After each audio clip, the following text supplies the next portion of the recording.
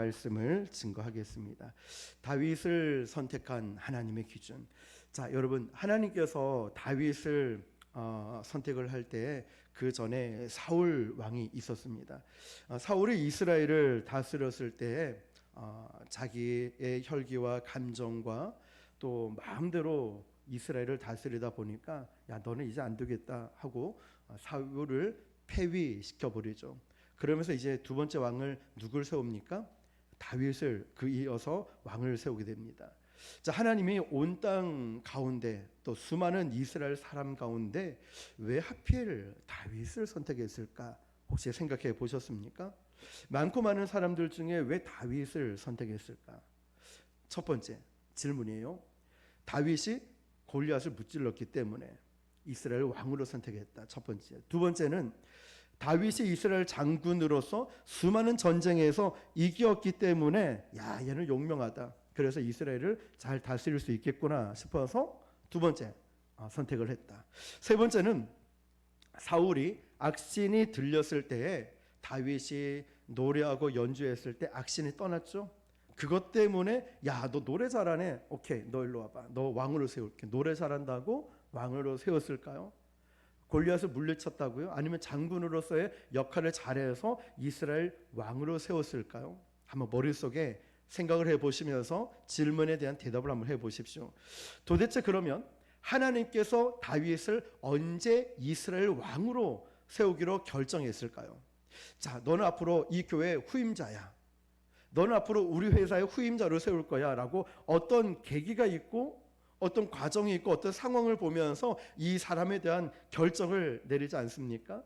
그렇다면 다윗이 하나님께서 언제 왕으로 다윗을 세우려고 결정을 했을까? 우리가 성경을 보면요, 시편 78편에 보면은 대답이 나오고 있는데요, 정말 이 말씀을 보면서 저와 여러분도 하나님 앞에 다윗처럼 쓰임받고 싶다면 이 말씀을 집중해서 볼 수 있길 바랍니다. 우리 78편 우리 70절 71절을 한 번 더 읽어볼게요. 시작. 또 그의 종 다윗을 택하시되 양의 우리에서 취하시며 젖 양을 지키는 중에서 그들을 이끌어내사 그의 백성인 야곱 그의 소유인 이스라엘을 기르게 하셨더니. 아멘. 자, 하나님께서 다윗을 언제 왕으로 선택했냐면 바로 목동일 때였습니다. 자, 양 치를 때 바로 이 다윗을 왕으로 세울 결정을 하셨다는 거죠. 자, 이스라엘은요, 어떤 상황이었냐면 오늘날의 마치 인도처럼 굉장히 심한 계급 사회였습니다. 뭐 공부하신 분들은 아시죠? 카스트 제도 뭐 이런 거 있죠. 그 천민 중에 천민인 그 계급 사회가 있는데요, 그 당시에 가장 계층 관계가 심했던 곳이 이스라엘이었거든요. 근데 그 이스라엘에서 사회적 계층에서 제일 천한 계급이 어디냐면, 미천한 계급이 어디였냐면 아무도 돌보지 않고 신경 쓰지 않았던 목동이었다는 겁니다. 양치는 목동이었다는 거예요. 세상에서 가장 미천한 사람. 그래서 심지어는 어떤 문헌에 보니까 목동이 이 어떤 그 범죄 현장의 유일한 목격자예요. 그럼에도 불구하고 목동이라고 그러면 증거와 증인의 효력이 없을 정도로, 그 정도로 무시를 당했고 아무도 목동의 말을 믿지 않았어요. 사람들은 야, 목동의 말을 믿는다고? 야, 그런 소리 하지 마. 그 정도로 사회에서 무시를 당했던 직업이 목동이었다는 것이죠. 자, 그런데 여러분, 또 우리가 생각해 볼 것은 사무엘이 다윗의 아버지였던 이새의 집에 와서 이야기를 합니다. 당신의 아들들을 좀 불러달라, 이런 얘기들을 합니다. 그때 이새가 말하죠. 이제 아들들을 다 데리고 나서, 그리고 나서 다 왔다라고 이야기를 합니다. 그런데 그거 아니었잖아요. 그런데 막내 아들 다윗이 있음에도 불구하고 다윗은 아예 없는 존재였습니다. 그러니까 다 왔습니다라고 말하는데 나중에 다윗이 안 왔던 거죠. 그때 아버지가 말합니다. 사무엘에게. 사무엘이 진짜 다 왔습니까? 다 왔습니까? 네, 다 왔습니다. 그런데 나중에 알게 되죠. 아, 저 양치는 목동을 일을 하고 있는 아들이 한 명 있긴 있는데, 자, 그만큼 아버지조차도 인정하지 않았던 사람이었어요. 그게 목동이었어요. 그 사람이 다윗이었다니까요.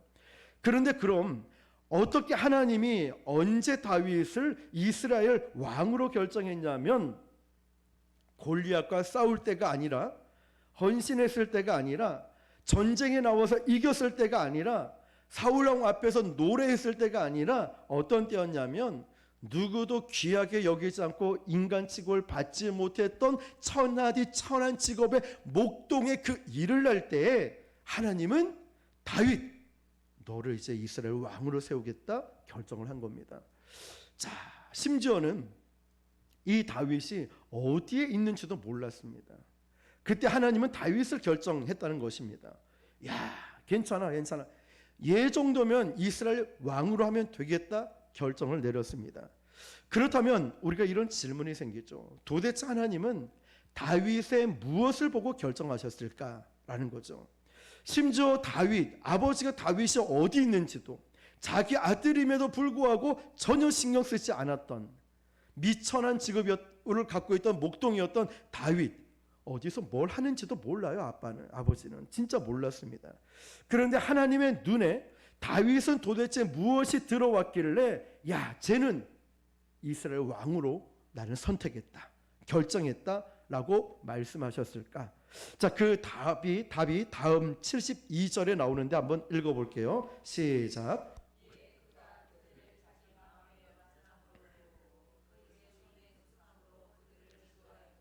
아멘. 자, 이에 그가 그들을 자기 마음에 완전함으로 기르고 그 손의 능숙함으로 그들을 지도하였다라고 되어 있죠. 자, 여러분 체크를 한번 성경에 해보면은 완전함과 능숙함에 우리가 체크를 해볼 필요가 있는데요. 그 자기 마음의 완전함과 그 손의 능숙함, 자, 이걸 번역된 거를 보니까요, 한 단어라서 제가 PPT를 따로 띄우지 않았는데요, 이 완전함으로 번역된 히브리어가 뭐냐면 타밈이라는 거예요. 타밈이라는 단어가 완전함이라는 단어예요. 우리 개역 개정 이전 성경에 보면은 이 완전함이 정직함으로 되어 있어요. 또 어떤 성경에 보면은 성실함으로, 신실함으로 번역되기도 합니다. 자, 그런데 만약에 이렇게 생각해봐요. 완전함, 성실함, 정직해서 다윗을 선택했다면 이스라엘 땅에, 세상에 신실하고 정직하고 완전한 사람 얼마나 많겠습니까? 그 많고 많은 사람들 중에 꼭 다윗을 이어야 할 필요가 있었을까라는 거죠. 그래서 저는 이 완전함으로 표현된 히브리어의 타밈이라는 것을 한번 추적해 가기 시작했습니다. 완전함, 성실함, 정직함. 그래서 이 히브리어 원어를 쭉 찾아 들어가니까 이 뜻은 완전함과 성실함과 정직함만을 의미하지 않았다는 사실을 찾게 됐어요. 굉장히 중요한 거죠. 히브리어를 모국어로 사용하고 있던 이스라엘 사람들은요, 이 타밈이라는 단어를 완전하다, 정직하다, 성실하다 이럴 때도 사용을 하지만 보통 이 단어 타밈이라는 단어를 언제 사용하냐면 많은 사람들 속에 있었던 모습과 그리고 골방에 혼자 있을 때 모습이 같은 사람에게 쓴다는 거예요. 아시겠습니까, 여러분? 타밈이라는 단어는 성경의 완전함, 능숙함, 정직함, 신실함 이렇게 해석이 되지만 실제로 이 단어, 이 이스라엘 백성들에게 타밈이라는 단어는 많은 대중 앞에 있을 때와 혼자 있을 때와 행동과 생각과 말하는 것이 똑같을 때 이 단어를 쓴다는 거예요. 자, 그렇다면 이제 하나님께서 다윗을 왜 선택하고 이스라엘 왕으로 세우는지 감이 오시지 않습니까? 그냥 성실한 게 아닙니다. 그냥 완전한 것도 아니고 그냥 정직한 것도 아니에요. 이 뜻이에요. 많은 사람들 앞에서 있을 때와 혼자 골방에 있을 때 모습이 같은 사람, 제가 설교할 때의 모습과 그냥 강대상 내려와 있을 때의 모습이 똑같다는 것이죠. 여러분 앞에 있을 때와 제가 집에 있을 때, 제가 어떤 모습이든 똑같을 때, 만약에 설교할 때와 일반 생활이 다르면 타밈이라는 단어를 못 씁니다. 안 맞거든요. 그 모습이 같을 때 쓴다는 거죠. 다시 말해서 다윗의 경우는 이렇습니다. 자기 양만 돌보는 것이 아니라 다른 형제들, 이웃들의 양도 양측의 목동으로 다 돌보고 있었거든요. 그러니까 자기 양을 돌볼 때와 다른 사람의 양을 돌볼 때 모습이 어떻다고요? 똑같다는 거예요. 똑같다. 지금 양을 치고 있습니다. 이 양은 다윗의 것이 아니거든요. 다윗은 기껏해야 몇 마리 되지 않습니다. 목동은 이스라엘 땅에서 가장 미천한 직업이었어요. 가장 가난한 사람의 직업이었습니다. 가난했기 때문에 자기 양도 몇 마리 있었겠지만 대부분은 다른 사람의 양이었습니다. 어쩌면 아버지 이새의 양도 있고 형제들의 양도 있어요. 그런데 이 형제들은 다윗을 아주 괴롭혔죠. 그러니까 예를 들어서 정말 저 형은 꼴 보기 싫어 했던 그 형들의 양을 다윗이 돌보고 있었던 거죠. 상상해 보십시오. 저 사람이 미우니까 저 양새끼도 미운 거예요. 꼴 보기 싫죠. 저 인간이 싫으니까 집안도 싫고 저 연관된 사람은 다 싫잖아요. 우리가 마찬가지로 그 형이 싫으니까 형의 양새끼도 다 싫은 거예요. 양도. 어느 날 늑대가 나타났습니다. 늑대가 나타나서 내가 싫어하는 형의 그 양의 목을 꽉 물고 막 절대 놓지 않는 거예요. 딱 보니까 이 양이 어떤 양인가 딱 봤더니 공교롭게도, 아니 어쩌면 기분 좋게도 내가 그렇게 미워하고 싫어했던 형의 양이었죠. 어떻게 할까요?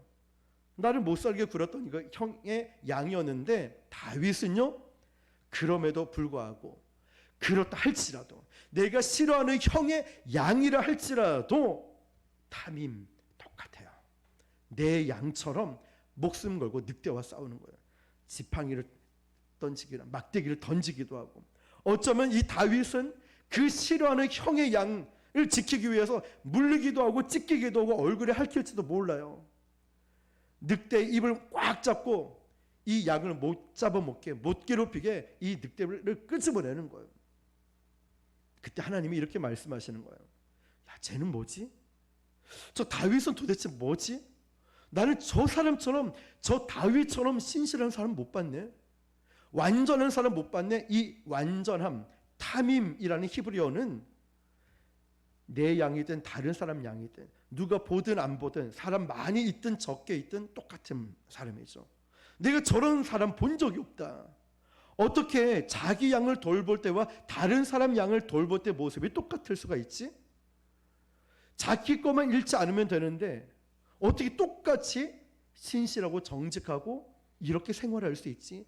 하나님은 나는 저 다윗에게 이 나라를 맡겨야 되겠다 결정을 한 거죠. 잘 보십시오.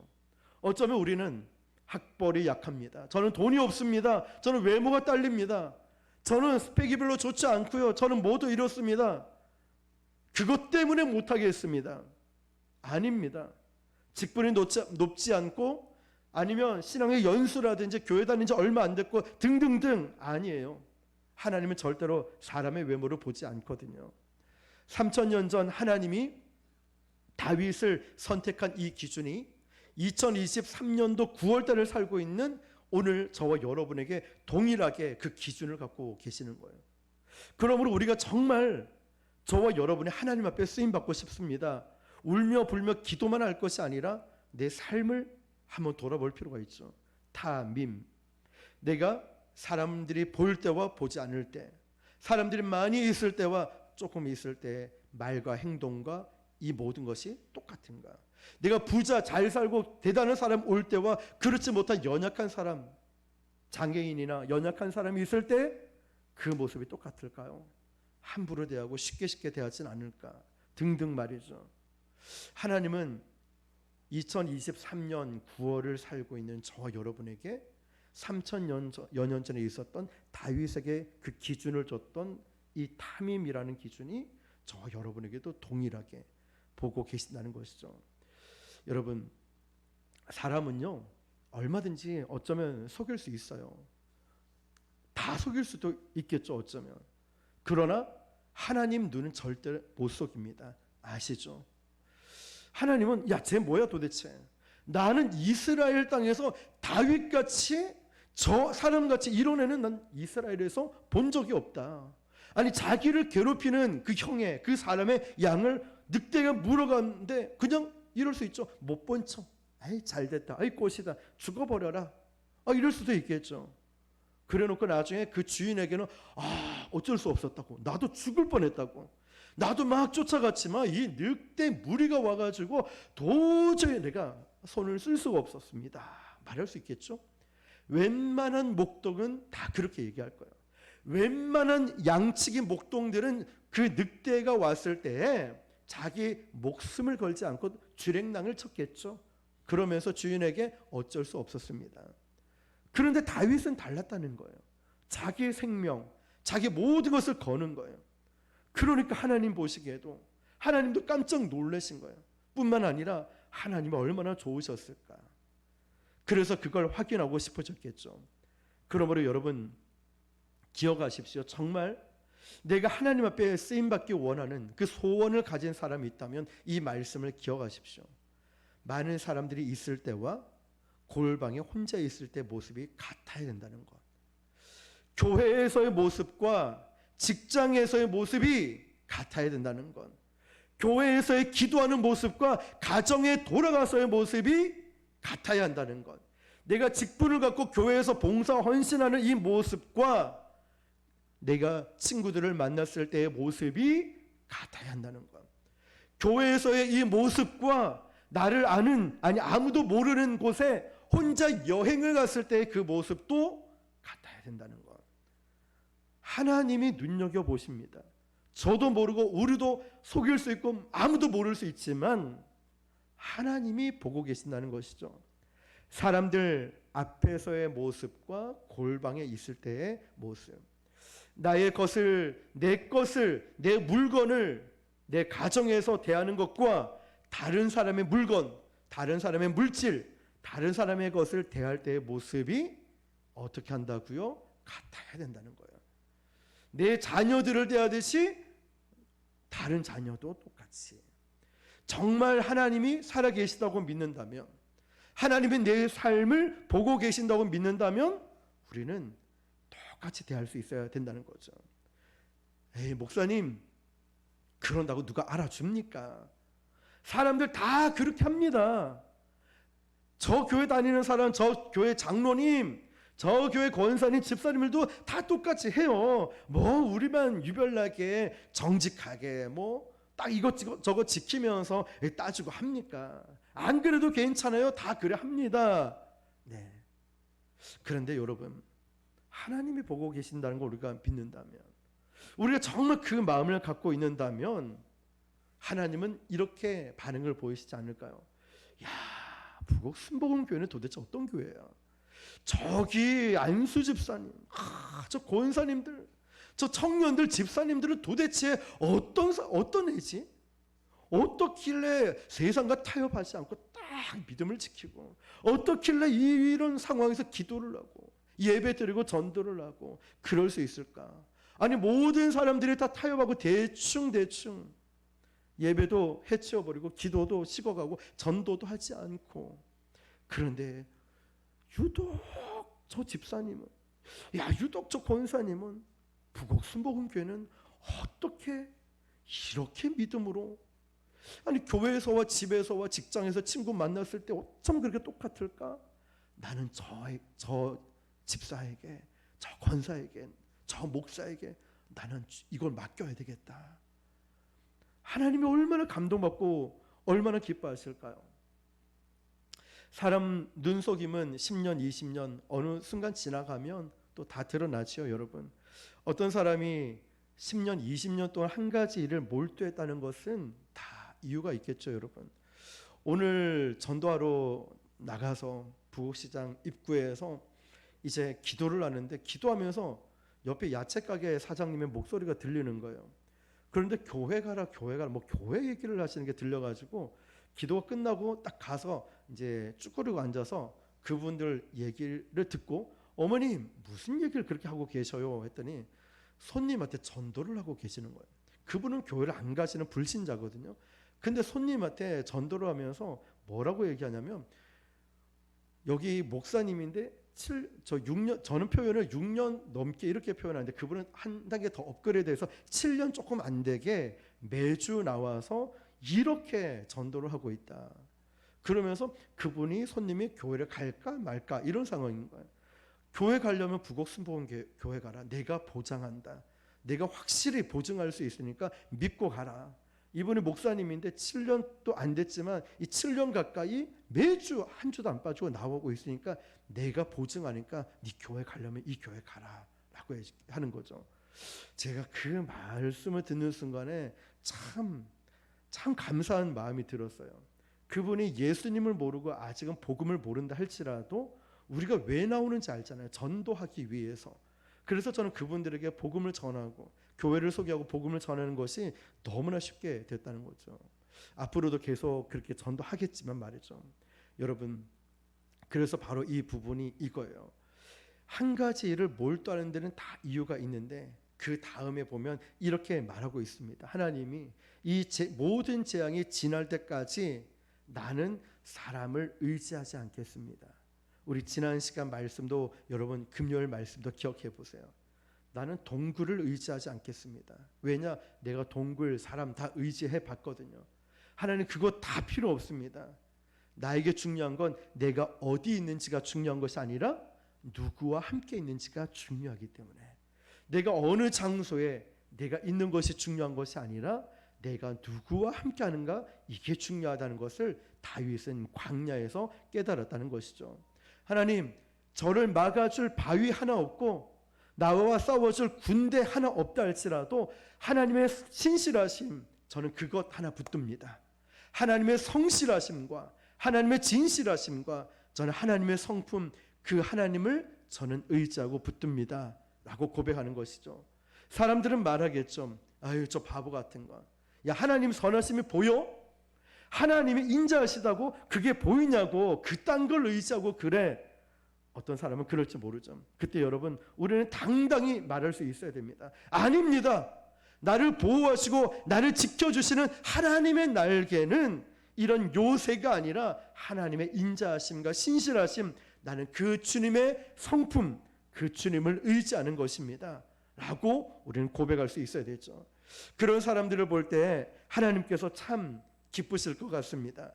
제가 이전에 사역을 할 때 어떤 교회 수석 부목사로 있을 때 담임 목사님 공석일 때 부교육자를 이제 뽑았습니다. 부교육자를 뽑아서 처음에 제가 뽑을 때는 이력서만 보고 야 스펙이 너무 좋은데 야 다양한 경력들을 가지고 있어서 학벌 좋고 재능 있는 사람들을 교육 전도사님으로 뽑았어요. 근데 일 처리 부분에서는 기가 막히게 일을 너무너무 잘하는 거예요. 어떤 분은 인형극 전문하고 어떤 분은 또 레크레이션도 잘하고 와 문서도 잘하고 일 처리만큼 딱 잘하는데 그 일을 잘하는 건 1년 2년밖에 안 가더라고요. 시간이 지날수록 그 다음에 제가 부교육자를 뽑을 때 한 가지 원칙을 딱 정해놓고 뽑았습니다. 그 사람 믿을 수 있는 사람일까? 그리고 한 교회를 오래 있는 것이 아니라 1년 아니면 1년 반 계속 옮기는 사람들을 보면 딱 이유가 있더라고요. 그래서 믿을 수 있는 사람인가 이 원칙을 두고 그 사람 그 교육자를 뽑으니까 전 지금도 연락을 하고 아주 잘 지내게 되더라고요. 여러분 저번에 한번 말씀드렸죠.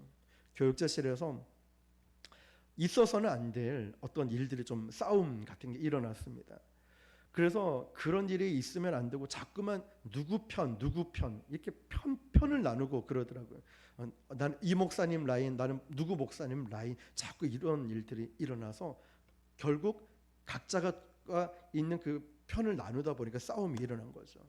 그래서 저는 그런 걸 원치 않기 때문에 그 자리에서 교육자실에서 막 뭐라 한 적이 있어요.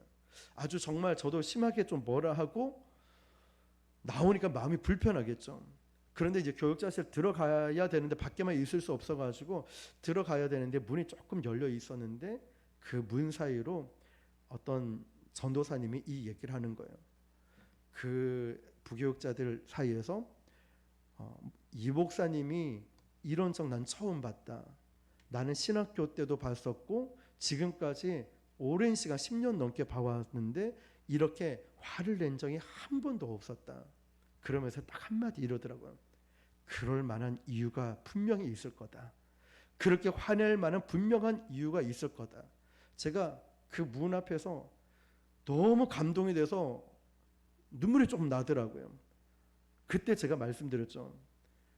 나는 설명하지도 않았고 내가 어떻다 변명하지 않았는데 그 전도사님이 딱 한마디, 우리에게 말 못할 그럴 만한 이유가 분명히 있을 거다라는 그 말. 다시 말하면 누군가가 나를 믿어준다는 그 말에 참 눈물이 나고 참 고맙다는 생각이 들었죠. 그때 제가 다짐한 생각이 이거였어요. 표현은 좀 그렇지만, 하나님, 제가 주님을 믿어드리겠습니다.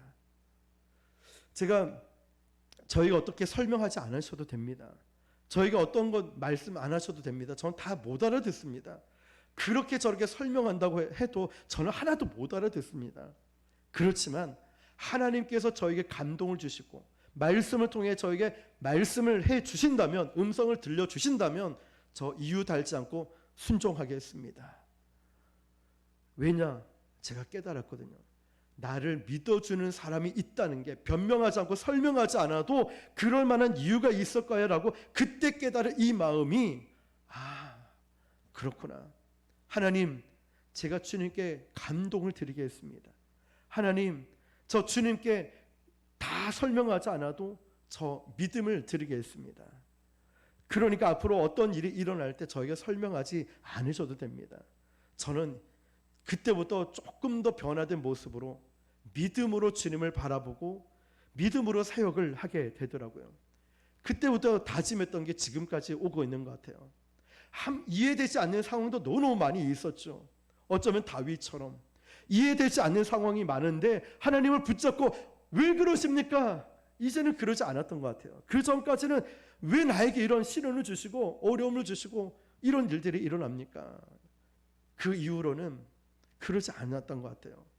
믿음으로 사는 것, 다시 말하면 하나님께 우리의 믿음을 드리는 것입니다. 하나님을 진짜 감동시키는 게 뭐냐면 바로 하나님을, 표현은 좀 그렇지만 믿어드리는 것, 하나님을 믿는 것, 하나님의 선하심을 절대로 의심하지 않는 것. 왜냐하면 하나님은 실수하지 않으시거든요. 하나님은 절대로 실패하지 않으시거든요. 그래서 우리가 첫 곡 1번으로 불렀던 찬양, 하나님께 나아가는 자는 반드시 그가 계신 곳과 자기를 찾는 자들에게 상 주심을 믿어야 할지니라. 믿음이 없이는 하나님을 기쁘시게 할 수 없다는 것입니다. 오늘 저와 여러분들이 두 가지 포인트를 잡고 기도했으면 좋겠습니다.